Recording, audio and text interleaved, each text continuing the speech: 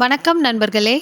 இப்போ நம்ம சுவையான பீட்ரூட் கட்லெட் எப்படி செய்யலான்றத இந்த வீடியோவில் நம்ம இப்போ பார்க்கலாம். அதுக்கு தேவையான பொருட்கள் எல்லாம் எடுத்து வச்சுக்கலாம். பிரெட் கிராம்ஸ், ஒரு பெரிய பீட்ரூட்டை துருவி வச்சுக்கலாம்.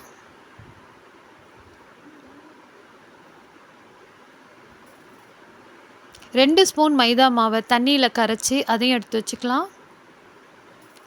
2 உருளைக்கிழங்கை வேக வச்சு மசிச்சு அதையும் எடுத்து வச்சுக்கலாம். ஒரு பெரிய வெங்காயத்தை பொடியாக நறுக்கி வச்சுக்கலாம். 2 பச்சை மிளகாய், கொத்தமல்லி, கருவேப்பிலை, இஞ்சி பூண்டு பேஸ்ட்டு, மிளகாத்தூள், உப்பு எல்லாமே எடுத்துக்கலாம். ஒரு கடாயை வச்சுட்டு 2 ஸ்பூன் சமையல் எண்ணெயை அதோடு ஆட் பண்ணிக்கலாம். அதோட 1 ஸ்பூன் சோம்பையும் மிக்ஸ் பண்ணிக்கலாம். 2 பச்சை மிளகாய் பொடியாக நறுக்கி அதோட ஆட் பண்ணிக்கலாம். கருவேப்பிலையை பொடியாக நறுக்கி அதையும் ஆட் பண்ணிக்கலாம். ஒரு பெரிய வெங்காயத்தை பொடியாக நறுக்கி வச்சுருக்கோம் இல்லைங்களா, அதையும் அதோட மிக்ஸ் பண்ணிக்கலாம். நல்ல ஒரு கிளறி விட்டுடலாம்.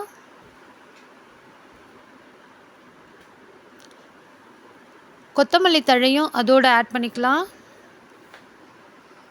இஞ்சி பூண்டு பேஸ்ட்டையும் அதோடு மிக்ஸ் பண்ணி நல்ல ஒரு கிளறி விட்டுடலாம். ஒரு சிட்டிகை மஞ்சப்பொடி,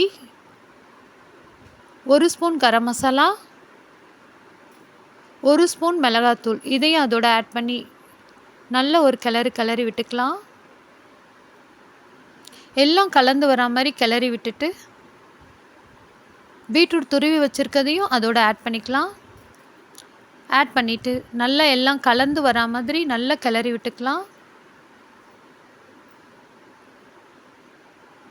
எல்லாமும் சேர்ந்து கலந்து வந்த பிறகு ஒரு மூடியை போட்டு ஒரு 10 நிமிஷம் அப்படியே சிம்மில் வேக வச்சிடலாம். வேக வச்ச உருளைக்கிழங்கு மசிச்சு வச்சுருக்கோம் இல்லைங்களா, அதையும் அதோட ஆட் பண்ணி நல்ல ஒரு கிளறி கொடுத்துக்கலாம். எல்லாமே கலந்து வரா மாதிரி டம்ளரோட அடி பாகத்தை வச்சு நல்லா எல்லாமே கலந்து மிக்ஸ் ஆகி வரா மாதிரி கிளறி வச்சுக்கலாம். ஒரு பிளேட்டில் இதை மாற்றி நல்லா ஆற வச்சுக்கலாம்.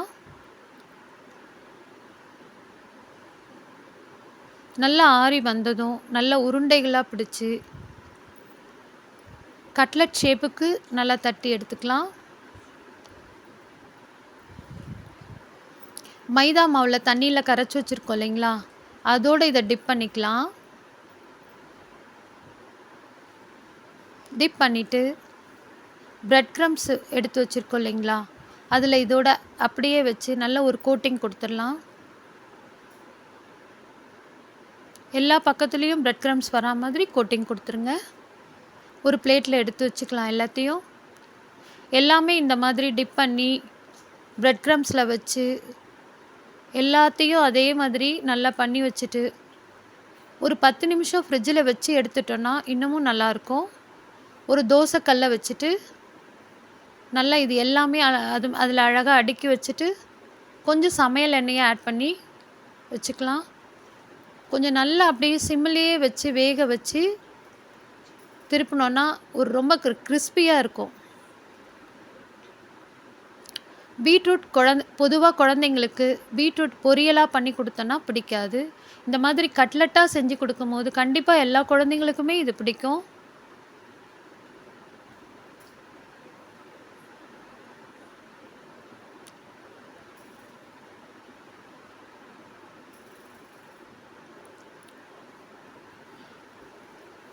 எல்லா கட்லெட்டையும் இந்த மாதிரி எடுத்து வச்சுட்டு ஒரு கெச்சப்போடு வச்சு குழந்தைங்களுக்கு கொடுத்தோன்னா ரொம்பவே விரும்பி சாப்பிடுவாங்க. இந்த டிஷ் உங்களுக்கு பிடிச்சிருந்தா இதை நீங்கள் ட்ரை பண்ணி பார்த்துட்டு எனக்கு கமெண்டில் எப்படி இருந்ததுன்னு கமெண்ட் பண்ணுங்கள். நன்றி, வணக்கம்.